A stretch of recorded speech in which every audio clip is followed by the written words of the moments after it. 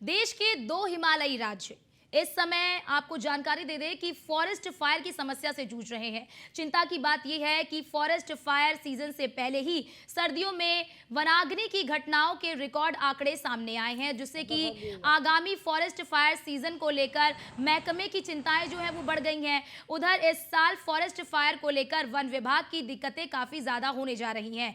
इसके पीछे की वजह न केवल मौसमी बदलाव है, बल्कि आगामी चुनावी सीजन भी है। आपको जानकारी दे दें कि वनाग्नि को लेकर साल 2024 बेहद ज्यादा संवेदनशील है। ऐसा इसलिए क्योंकि इस साल ऐसे कई कारण राज्य में फॉरेस्ट फायर में बढ़ोतरी को आशंकित कर रहे हैं, जिनके कारण वन विभाग के सामने चुनौतियां पहले से कई गुना ज्यादा होंगी। उत्तराखंड के लिए हाथ से देखें तो साल 2024 चुनावी वर्ष है और इस साल यानी कि इस दौरान लोकसभा से लेकर ग्राम पंचायत और निकाय चुनाव तक राज्य में होने वाले हैं।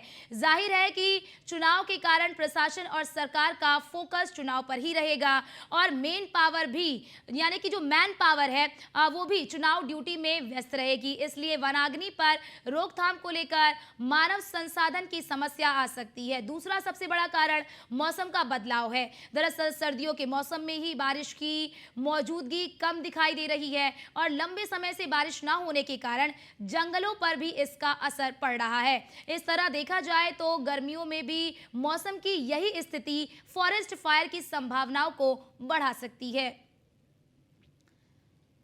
तो हिमाचल प्रदेश हो या फिर उत्तराखंड हो, जो फॉरेस्ट फायर की घटनाएं हैं वो बढ़ रही हैं और इसके जो आंकड़े हैं वो टूटने लगे हैं। आप ये तस्वीर भी देख सकते हैं कि किस तरह से फॉरेस्ट फायर की जो घटनाएं हैं वो बढ़ रही हैं और 2024 इस लिहाज से बहुत ही चुनावपूर्ण होने वाला है वन विभाग के लिए, क्योंकि ये चुनावी साल है और इस चुनावी साल में अगर हम मैन पावर की बात करें तो मैन पावर जो है वो ज़्यादा से ज़्यादा उन्हें चुनावी मोड पे लगाया जाएगा, चुनावी ड्यूटियों में लगाया जाएगा।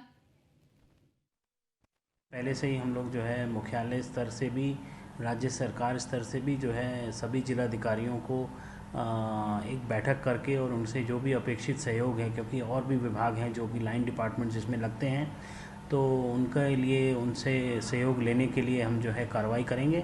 और इस बार जो फायर सीज़न के दौरान एक ये भी कोशिश करेंगे जो हमारे सबसे ज़्यादा संवेदनशील क्षेत्र हैं उनमें हमारे एडिक्वेट फायर वॉचर्स हों, इसकी भी व्यवस्था की जाएगी ताकि किसी भी प्रकार से मानव संसाधन की आग रोकने में कमी ना आने पाए। और हमारा प्राइमरी दायित्व यही है कि जब भी आग की घटना हमें सैटेलाइट के माध्यम से या ग्राउंड से पता चलेगी, उस पर तत्काल रूप से वहाँ पहुँचकर कम से कम समय में पहुँचकर उस पर जो है काबू पाने की